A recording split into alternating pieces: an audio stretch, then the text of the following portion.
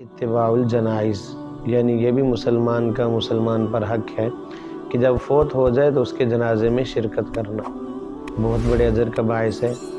حدیث مبارکہ میں آتا ہے کہ جو آدمی کسی مسلمان کے جنازے کے ساتھ شریک ہوتا ہے اور جنازہ پڑھ کے واپس آ جاتا ہے تو اس کو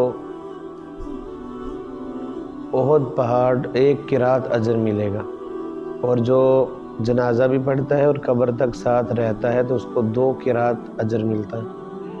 تو صحابہ کرام نے عرض کی یا رسول اللہ قرات کیا ہے؟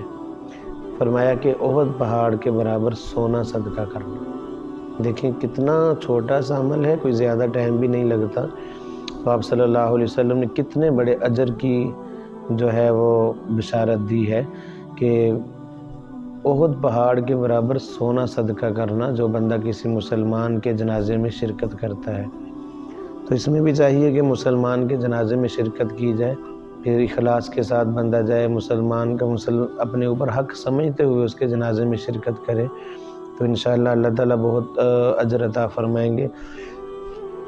پھر بس اوقات ایسا ہوتا ہے کہ مرنے والا جو ہے بہت نیک آدمی ہوتا ہے، تو اللہ تعالیٰ اس کی برکت سے پیچھے سب لوگوں کی مغفرت فرما دیتے ہیں۔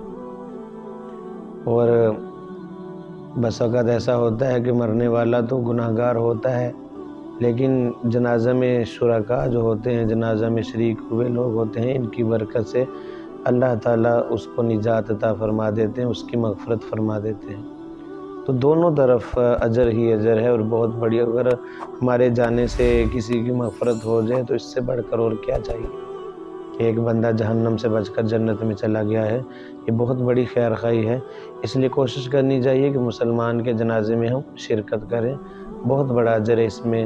احد پہاڑ کے برابر سونا صدقہ، بندہ ساری زندگی لگا رہے تو اتنا مال جمع نہیں کر سکتا جتنا تھوڑے سے عمل پر اللہ رب العزت اجر عطا فرما دیتے ہیں۔